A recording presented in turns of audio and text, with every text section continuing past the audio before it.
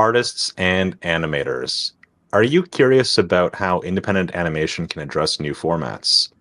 Well, Anna Lencioni is a storyboard artist with screen credits on Has Been Hotel and Hell of a Boss, the feature film Luck, as well as TV series like Amphibia, Onyx Equinox, and Rapunzel's Tangled Adventure. Anna is also the creator of Enceladus V, a short film, a short form, found footage inspired sci fi animated series to debut on TikTok. And we invited Anna to discuss the work that went into developing and creating the series so far. So, Anna, welcome to our live stream. Hello, thank you for having me. Thank you for joining us. So, for our viewers, what is Enceladus V?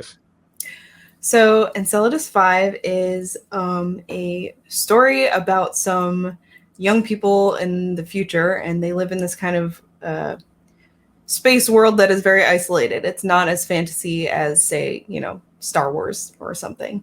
But they are very interested in Earth culture from the past. So they uncover the TikTok archives, start watching TikToks, and decide that they want to be able to post in the past. So they develop this algorithm that allows them to send posts into the past, which is our time. And from there, they kind of try to use that algorithm to try to develop fast travel through space so they can actually reach a planet and experience it for themselves. And how long have you been working on this the series? It's kind of a long answer. I think it's a story that I started when I was in college taking a manga drawing class. And back then it was very different, although it was kind of a story about human nature and like how it relates to technological development and kind of like at what cost. And it was cool, but it didn't really have like a hook. I couldn't really figure out what to do with it. So it was like on the back burner for a while. And then years later, after I'd already been storyboarding a little bit, I fell into an overall deal with a new company that didn't really have a brand yet. So I was like really excited to get going. And a lot of people there were very excited to do things that had a little bit more depth and maturity than like I guess mainstream animated films. So I started developing all these pitches, and I guess after a while I kind of realized that really wasn't the direction that company was going in. So all that is to say that I developed the story for Enceladus V on the side with the intention to pitch, but decided not to. That makes sense. So Snapchat is an app that's like 12 years old now, but vertical video is still a relatively unusual format for animation. Why were you drawn to TikTok as a platform for animation, and what creative opportunities do you feel it opens for you? Well, let's see. So I had already been on TikTok for a while, and like I'd kind of adapted to the meme culture, I guess, of TikTok. And I'd seen a lot of like, people telling stories, like story times, multiple parts in length, but I'd never really seen like a narrative sort of story. And I thought that was interesting because I feel like that would be a really interesting thing to try. And kind of how I decided to do that was on the side, I was playing a tabletop game about superheroes living in the modern era, and I decided to try and like animate a TikTok as if these characters were making it. So it was like a dumb little meme, and overnight it got 1 million views and I gained 12,000 followers. So I kind of decided like this animation isn't huge on TikTok yet. I should give it a try. And there's a lot of other people doing cool stuff on TikTok also. As an aside, I think a lot of people say when they find out my series is going to be on TikTok, like, oh, cringe, TikTok is ruining the youth or whatever. But like, there's actually a lot of really artistic filmmaking going on there. And also there's something about the vertical format that just feels, I feel like that's the screen we look at the most, our phone. It's also very economical. As an amateur animator, there's a lot of just kind of like headshots that I can do and still be able to kind of like tell a story with dynamic animation. And that's, I'm trying to be economical about it too. So you're mentioning that, like, as an animator, you're learning like how to use Harmony, and I think that's really cool when people learn different parts of the animation production pipeline. But what was it like to go from storyboarding on productions to working on your own production from start to finish? It wasn't. I want to say it wasn't difficult. I felt like I had like the foundations to be able to make something that I could put up and would feel finished, if that makes sense. But I'd never animated professionally or really taken classes, or I'd taken a couple, but like I wasn't a professional animator, I guess is what I'm trying to say. So I was really intimidated by the idea of learning a new program to animate with. So I had been animating in Storyboard Pro up till about a month ago. But I was very happy to give Harmony a try, and then going from Storyboard Pro to Harmony was actually very easy. So yeah, there's a little Toon Boom plug for you. Give it a shot. Oh, I always appreciate that. Can you walk our audience through the production process on some of the sequences that you've shared so far? Yeah, sure. So I have a couple up here right now. The production process starts with, I guess from start to finish, I did a little bit of, I did wing it a little bit. Because all I know is, as a professional, is storyboarding. So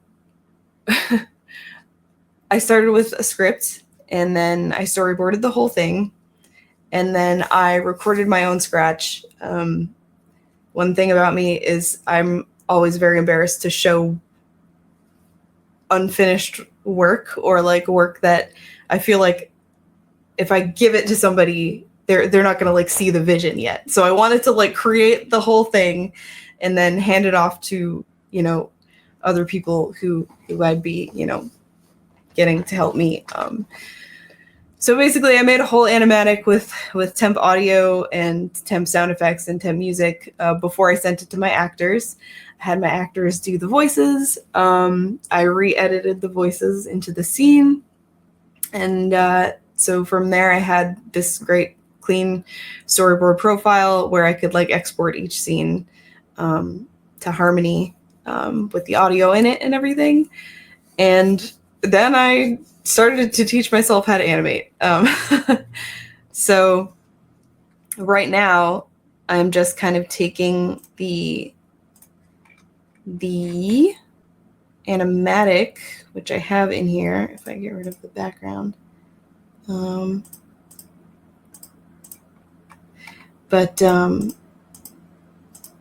then I will kind of like draw the rough animation over the animatic. And oh, there it is. So there's my original storyboard, which I dragged over to the side. Oh no, stop. Don't render it. I'm a little nervous, sorry. So yeah, on the left you see the animatic. I kind of put in the key poses, and then I feel like I kind of decide on different poses as I go along, and like add these little things to it that are super fun.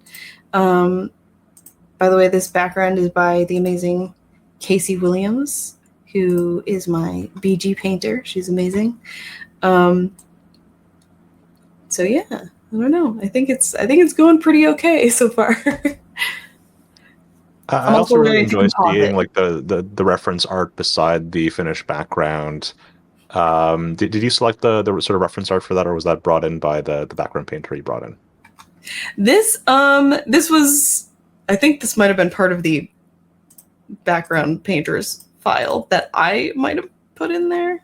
Now I can't remember what layer it's on. So layer management is very important also.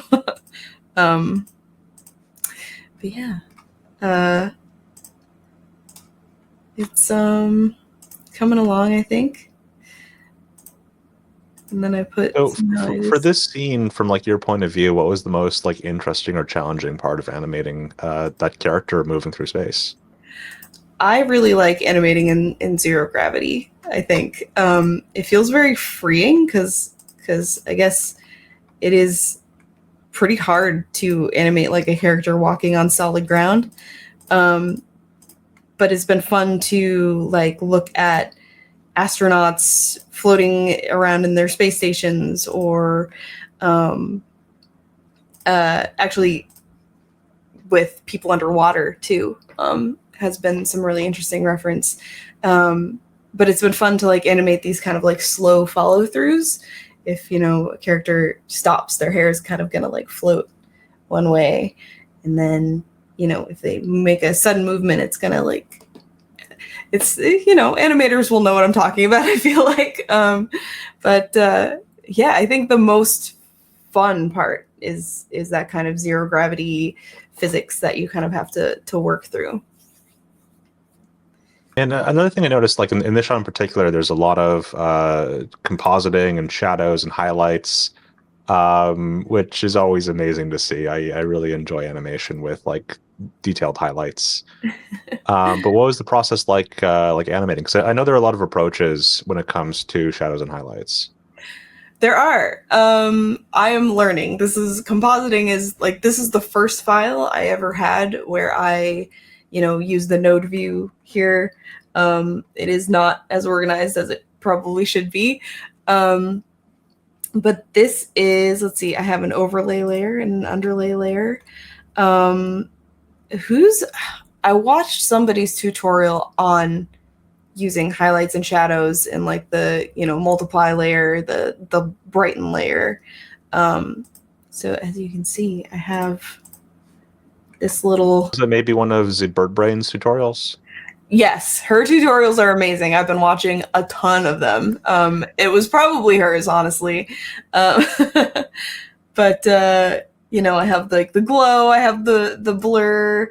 Again, I've been doing this for like a week, so if I'm kind of clumsily clicking my way through this, I am sorry, but I am learning still. But yeah, it's I think it's going pretty well. Like I did learn a lot just from doing this scene. And actually, as I was kind of like experimenting with another scene, I would open this file and kind of look at the node view and like see what I had done. So yeah, it's all part of the learning a new program process, I guess. And it just looks really cool. Thank you. I'm trying to emulate the feel of 90s anime, with the kind of like highlights. And I mean, also this character is wearing the pilot suit from Gantz, and my other character is wearing Amuro Ray's pilot suit. They won't be wearing that through the whole series, but that's kind of a little reference I stuck in for episode 1. That's fun. So what are your like anime, like 90s anime touch points? Oh my gosh. Gundam Wing is probably one of my biggest. I want to say Gundam Wing and Ranma 1/2, I think, probably influenced just the way I draw the most. And then, you know, I look at like Record of Lodoss War for like the kind of like level of detail they have. There was a post going around on Twitter lately of this 90s anime called Mighty Space Miners, and I had never seen it before, but like the aesthetic is so beautiful and so close to what I'm trying to like achieve, that I'm going to be looking at that one a lot, I think. I've seen a couple posts of it, and I had never watched it when it aired, but it looks like something that I should remember. Yeah, I mean, the story in the thread was something like I found this VHS in a thrift store and I'd never heard of it before. So it was kind of like obscure. But very cool. Yeah, I think something that a lot of creatives who grew up watching anime in the 90s is when you got to animation school or art school, a lot of instructors would discourage drawing in sort of an anime style. And I think what we're seeing now is there's a little bit of vindication coming back from like students who were like, no, this is going to be a thing. Yeah. A lot of vindication. I feel like I think that kind of started. Steven Universe was coming out when I was in college, you know, and Legend of Korra, and I feel like seeing those kinds of things get picked up and become super super popular. At the time, we were like, "See, like there's something here," and I think at the time. A lot of the professors had this kind of, and I mean, a lot of people, you know, especially in college when you're kind of young and you don't really know everything about yourself as an artist yet, you kind of just cling to an aesthetic, which, you know, there's a very distinct kind of anime aesthetic or many of them. But I think that there's a lot to be learned from anime in general. And for me, one of the things that I'm trying to implement with my project is the kind of limited use of, you know, frames. Like this is a couple drawings, you know, but it's still effective. And I look to anime for those kinds of economical ways to like make something look very cool, but also not spend a million years, you know, animating on ones. You know what I mean? Yeah, you mentioned Steven Universe, and one of the things that I really loved about that series was just like how there are just so many homages to anime. Like it's clearly made by people who uh love 90s anime, especially like Revolutionary Girl Utina. Um and it's pretty incredible. But like to your point, like you also mentioned too that like anime is not just like one style or one aesthetic. Like there are many different styles of anime. Like if you compare like something like Sailor Moon to Dragon Ball to I don't know Gundam something or new from Studio Trigger like Hamtaro. Promare. Yeah, Yeah, yeah, all completely different styles. yeah, yeah. And I think that that's also something that maybe our professors in that era weren't totally, you know, they saw big eyes and they were like, ah, this anime shit, you know, like, um, so it's interesting because it is like just an influence. Like I can tell you, I took my, you know, I learned how to draw eyes from watching Gundam Wing, and not in the way that I just learned how to draw anime eyes. I remember that being the first time that I noticed like the line above the eyelash was your eyelid, you know? So you just kind of like have these little brain unlock moments when you're learning to draw where you find these little things that you're like, oh, like I understand how to draw this now. And I had a lot of those moments with anime. So yeah, a lot of people ask like, why are you still drawing anime? And I'm like, dude, this is just like how I learned to draw. This is how I draw. I'm sorry. Yeah. One thing I really wanted to ask you about. So I noticed that you've worked on productions like Hell of a Boss and Has Been Hotel. Has your experience working on like both studio and indie productions prepared you for working on an independent series? Yes. And I I wrote notes on this question because it was very important to me, I guess, because like working in these industries really convinced me that I could do something. You know what I mean? And I guess from the indie side, from working on Hell of a Boss, I started on Hell of a Boss in like 2021, I think. So they were still kind of starting, and it was still kind of new, and they were doing it all over Discord. And I was like, you guys are like making this show that, you know, has billions of fans and people love it over Discord, and like you don't have an office, and you don't have, you know, this super structured, like they didn't really have deadlines, and they trusted me to do my job, which is crazy, because like I think some of the best productions in general are the ones who hire specific people because they like their work and want to add that to the production, because there are a lot of productions professionally, like in the studio space, that are just like, you're a storyboard artist, I'm going to tell you exactly what to do and you're going to do it this way, you know? So Hell of a Boss was cool because I was like, oh, you know, they're making this really cool thing just kind of online. I could do that. And then from the side of working in studios, I was like, oh, these guys are being given millions and millions of dollars to make mainstream animated films and making garbage. I could do this with less money. So I guess that was a little bit of a spicy take, but it is kind of inspiring in a way, I guess, to like see people just kind of like, oh, we have to make the most mass appeal thing possible. We have 7 years to make it. We have $200 million, and like, you know, people forget about it in a year because nobody really had like a vision, I guess. So I guess I think it's one of the difficult things too about productions, right? Like if you put millions and millions of dollars, like hundreds of millions of dollars into a production, and it has to reach like a really mass audience, it's hard to say anything that's like really specific or memorable. Yeah. Yeah. That's for sure. What's really cool about like indie animation is like you can serve underserved audiences and give them something that they haven't seen before.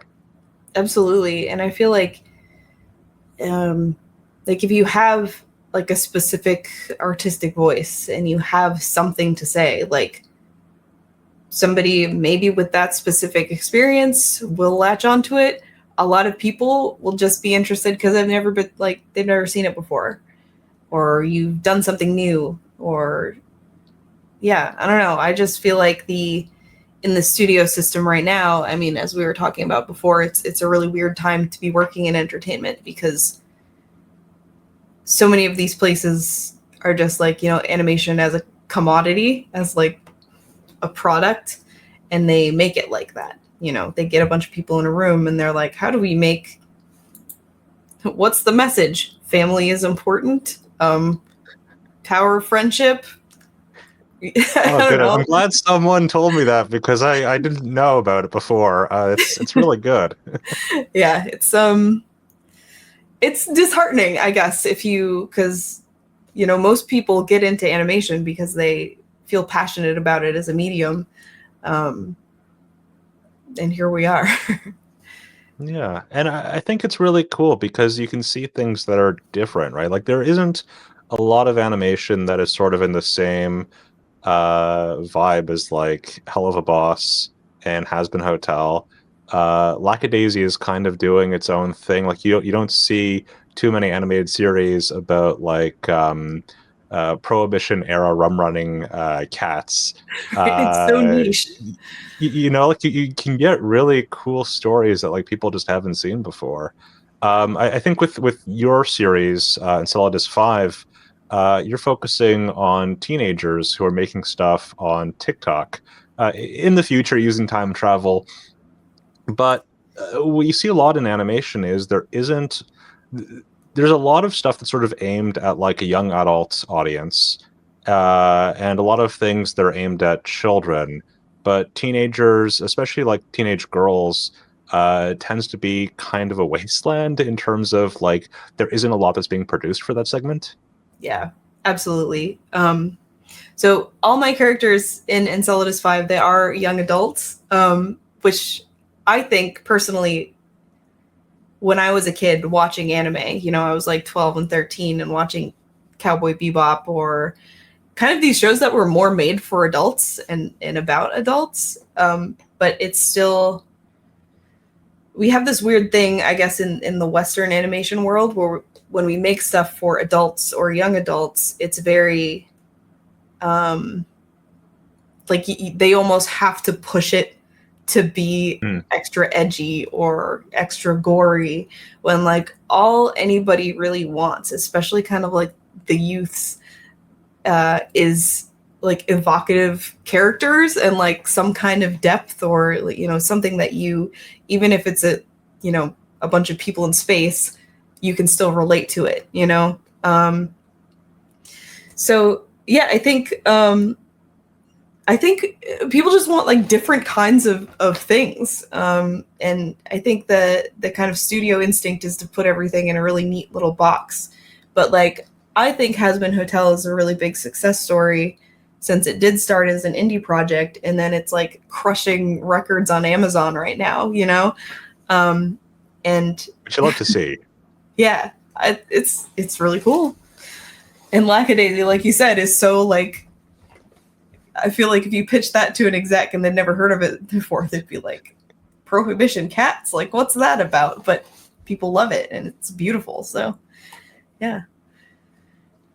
So one of the things about your series is that you've crowdfunded it. You took it to Patreon and Kickstarter, and there are people who have seen the work you've produced so far and have backed it and want to see it made into a series. So what was that experience like pitching the sort of crowdfunding project? It was interesting. I feel like once you start asking for money, like it feels more official, which feels intimidating because you're like, I guess at this point, I just want everybody who like backed me with their money to be happy with the outcome of what we end up making. So I guess that's kind of the pressure of it. But it was interesting, and I guess if I had like advice for people thinking about going on this route is kind of like stay grounded, I guess I would say. So really think about like the things that you need the money for, which for me was like everything that I couldn't do by myself. So drawing robots, viz dev stuff, background painting, that kind of thing. So I kind of like made my budget. It's very small compared to a lot of indie productions, but it was like for a very specific thing. I think a lot of people do Kickstarters for, you know, full length projects and don't get funded and get kind of sad and frustrated because of that. But like, I think starting small is like the best advice I guess I could give to anybody. Because you don't want to like wear yourself out. But yeah, I guess especially in the monetary side. But Patreon has also been interesting because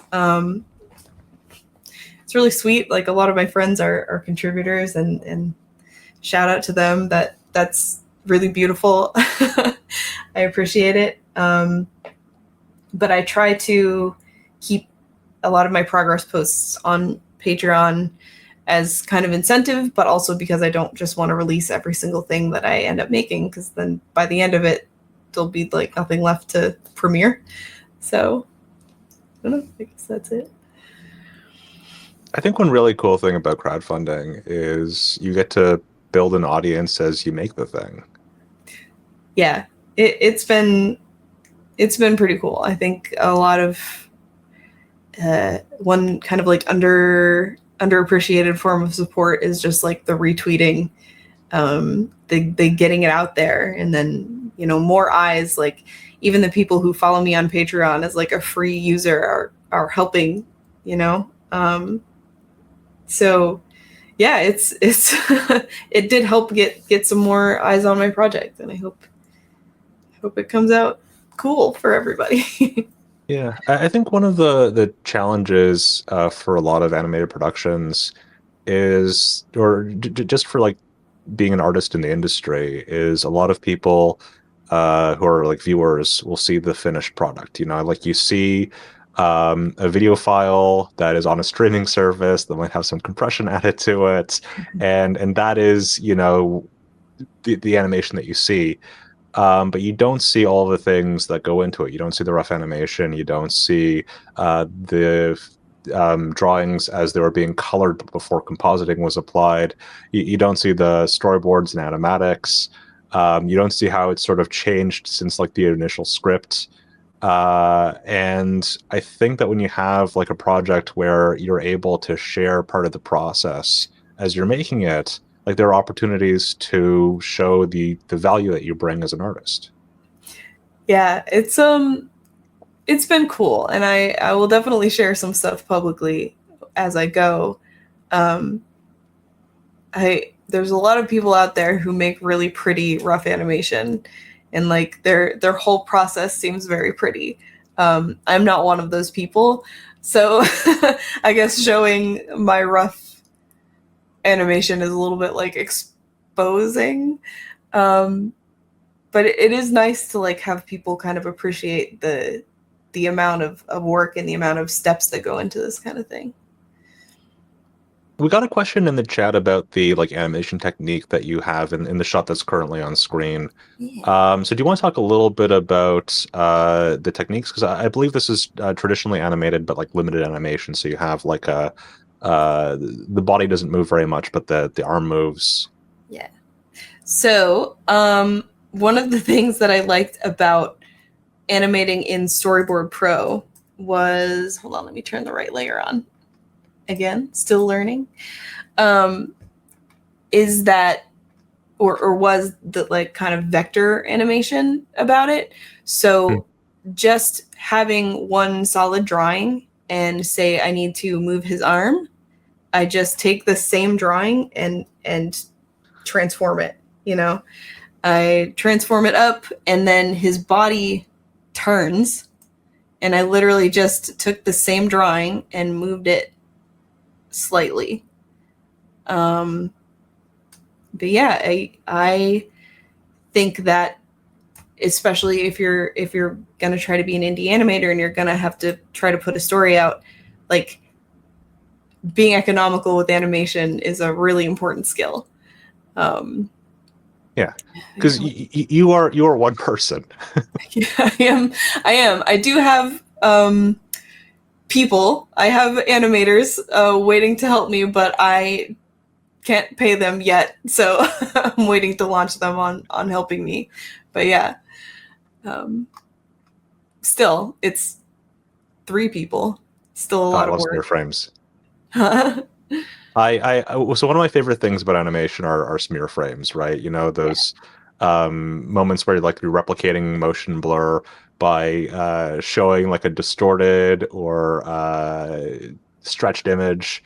I love those because you can sort of like feel it, but you don't necessarily notice it when you're watching in the moment. Exactly. And I also love smear frames. As you can see, I just took the gun and elongated it here. Just stretch tool. But yeah, I personally think it's pretty effective. And I used some also in this other animation I had here to kind of indicate quick movements. Gosh, I don't know what layer I turned off to like turn everything else off. Oh, there it is. Okay. But yeah, I have this kind of little kick that she does right here. Just kind of indicates, I think smear frames also make things feel a little more chaotic if that's what you're going for. Yeah. But yeah, I am having a good time like learning these little tips and tricks here and there. Yeah. There we go. So I noticed that you recently hosted a live stream about like your animation process, and what was that experience like? So theoretically, I stream every Tuesday and Thursday. I have not been great at that because I get very absorbed in my work and don't look up until it's 3 p.m. But also, I'm switching my times around now because I am working full time at Titmouse currently. But the hardest thing about it to me is working and talking at the same time. And kind of like just playing the social media game in general, which is kind of something you have to do, I guess, to the hope is to eventually make like a living as a full-time quote unquote content creator. You got to be doing streaming, you got to be posting your streaming clips. And so being interesting can be hard, I think. And I have had a really, really cool audience so far, and they've always been very engaging, and they kind of keep me talking.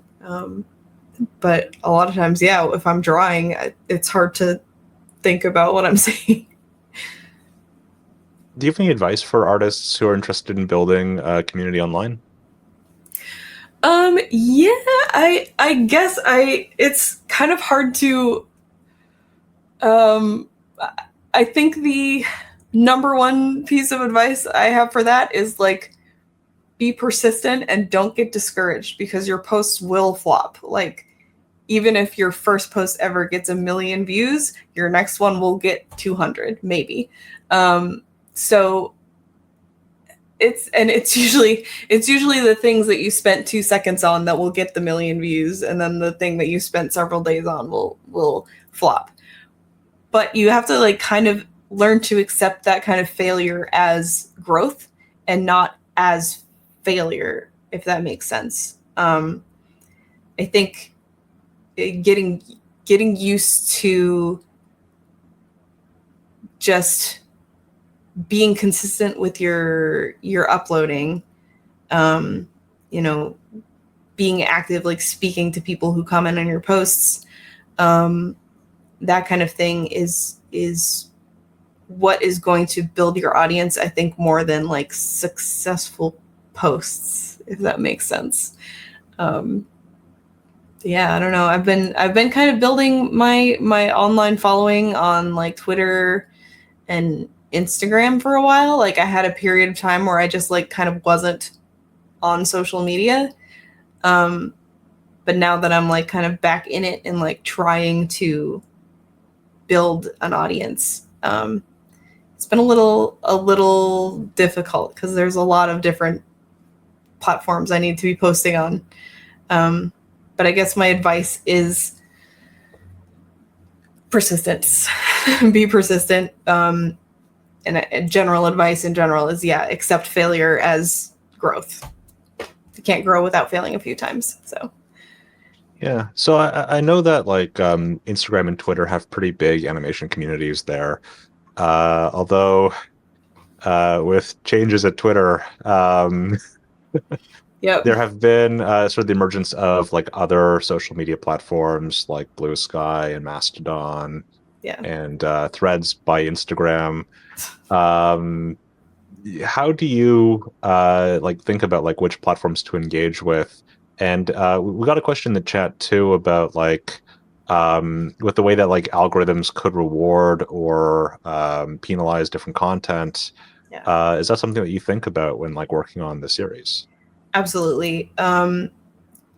TikTok, actually, I'm at kind of a disadvantage when it comes to algorithm stuff because the TikTok algorithm seems to favor people who post like every day.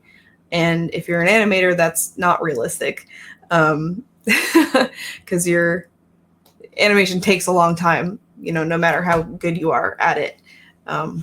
So I'm still experimenting with that kind of thing, like trying to figure out what can I be posting other stuff that will keep my relevance, I guess, over the couple days that I'm not posting animation.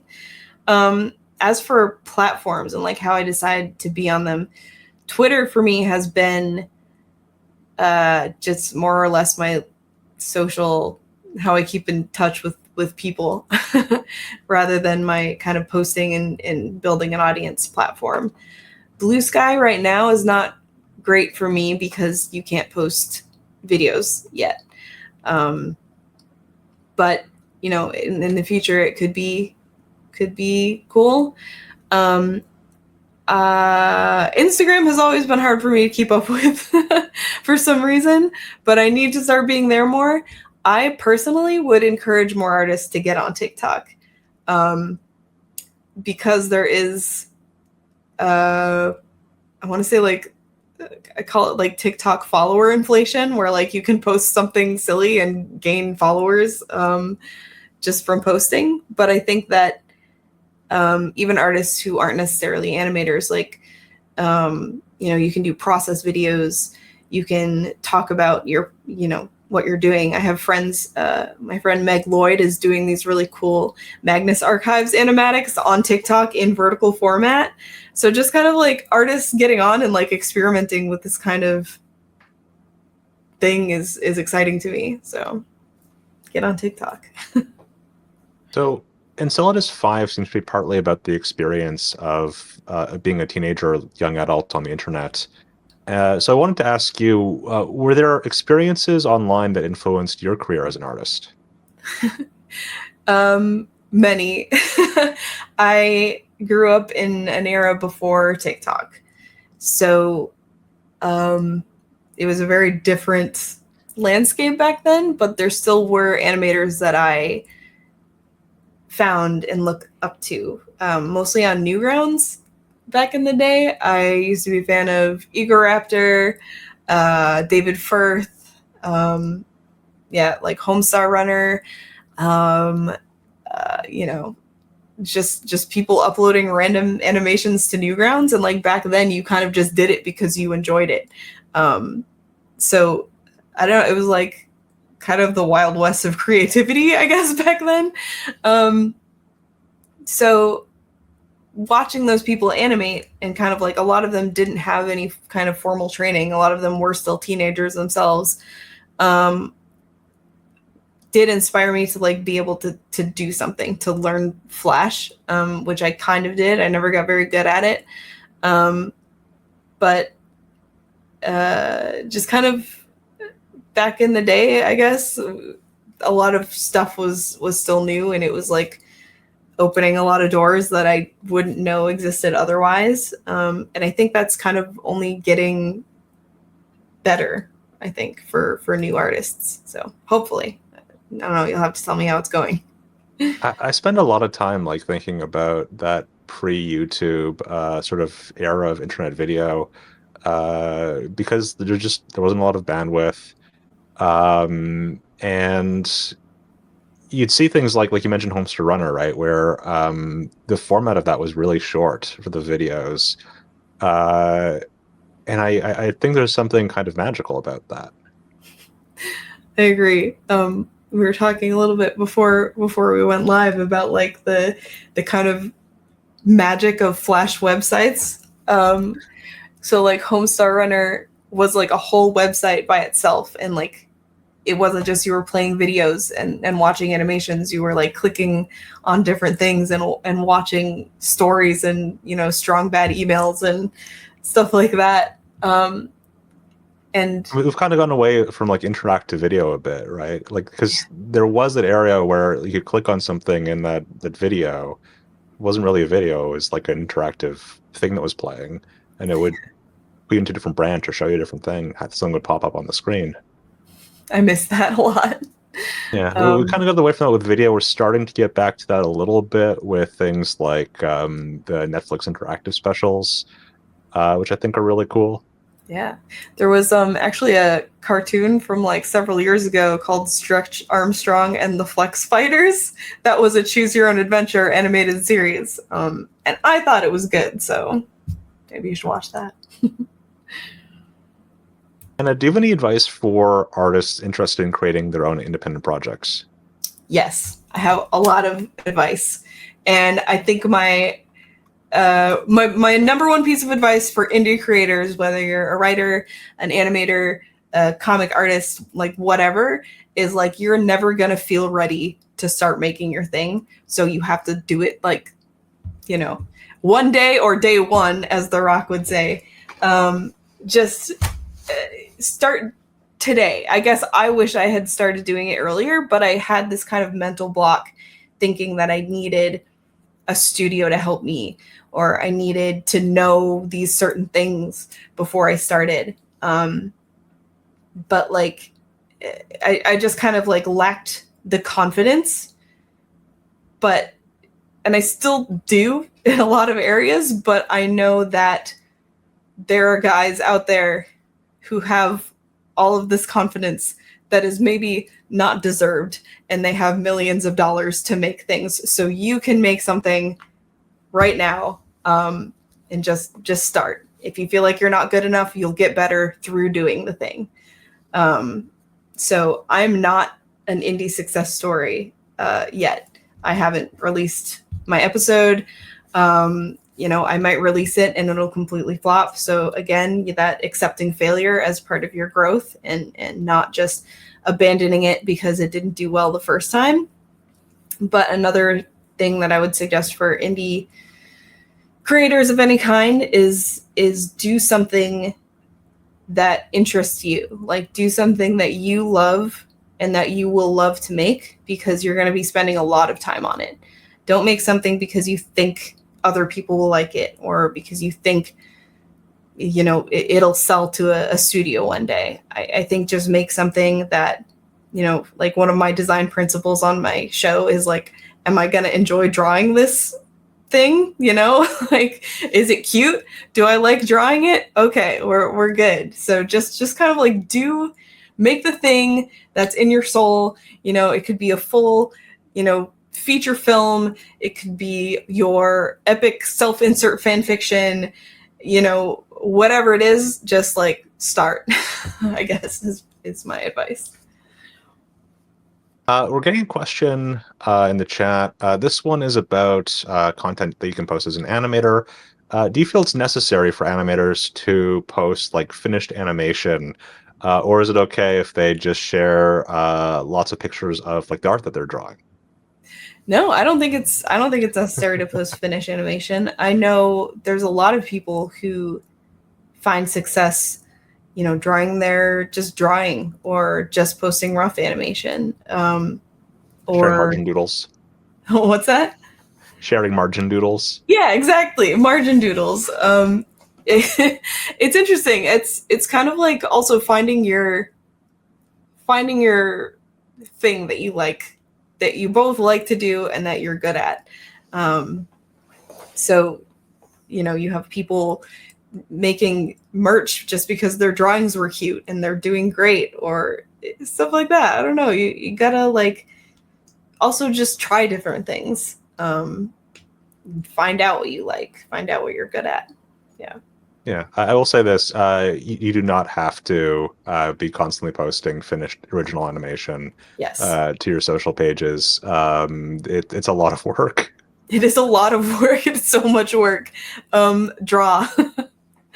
You know, post your progress. Post whatever. Post pictures of your cat. I don't know. But yeah. We had a question about like what Enceladus V allows you to say as a creator. So like, what are some of the freedoms that going the independent route gives you that you wouldn't have necessarily if you're doing this through a studio? I think in general, it's just kind of the depth and tone that I would not be allowed to do in a studio. So, you know, I'm allowed to have those like really intense, scary moments, or, you know, a character feeling real fear, or, you know, experiencing something horrible, or, you know, saying a bad word here and there. Like, it's just kind of like, I'm not trying to make, you know, something so weird and edgy that like nobody will understand it. Like, I'm just trying to make something that has a little bit of that has like the nuance and like the little things that I think make something good and exciting that a lot of the people with the money don't like because they're afraid it'll be too intense or that it'll say something too strongly and upset somebody. And I think one of my messages in Enceladus V is technology in general is kind of a neutral thing. So, you know, you can look at TikTok as something that's destroying our minds and stuff, or you can kind of like go on there and see what these mini filmmakers are doing and like, you know, hearing people's original music and stuff like that. So I guess that's one of the things. I think one of those themes from the like old internet, you know, like sort of the Newgrounds era was the idea that technology will fix the world, make things utopian, democratize a lot of processes and industries. And in some ways it has. But I think there's sort of a more critical term to platforms and structures on the internet. So with the idea of like technology being neutral, how does that play into like the story of and themes of your series? Well, if I'm going to give away a little bit of the plot, is the feeling that I want to start with in this series is a feeling of kind of isolation and of sterility, I guess, because they are on this ship that has been designed to carry generations of people from the destroyed Earth to our nearest planet, which is thousands of light years away. So everybody in this ship knows that they're going to live and die on this ship. And they also have very limited resources. So, you know, everything is recycled. Everything is very minimalist. But among this like kind of hyper futuristic thing, what are the things that will always kind of be inherently human? So I like to think of something like a brain chip, like Elon's brain chip or something. Are people going to accept that? Or like, is that a step too far? Is that too inhuman for a lot of people to want to accept? You know what I mean? Can you get an ad blocker for that though? An ad blocker? Can you get an ad blocker for your brain chip? I don't know. You hope. Hopefully so.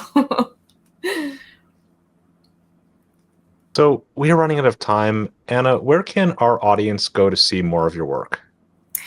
Well, I think I post Enceladus V content most consistently on TikTok and Instagram. I'm at 1111anim on both.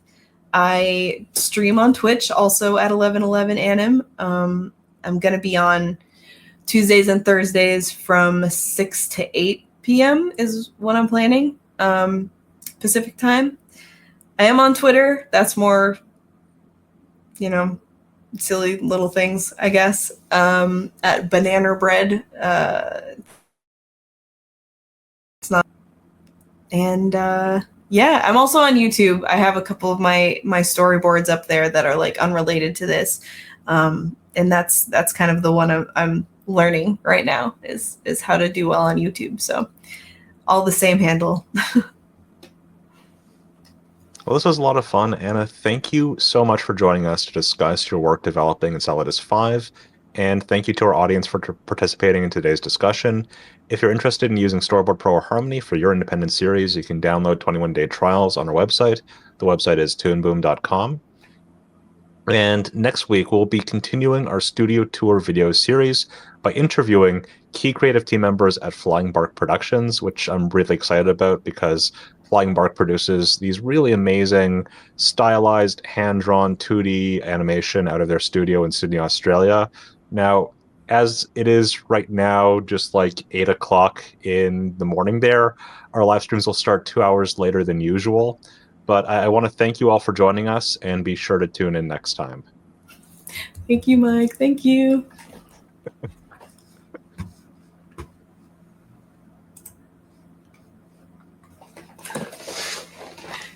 All right.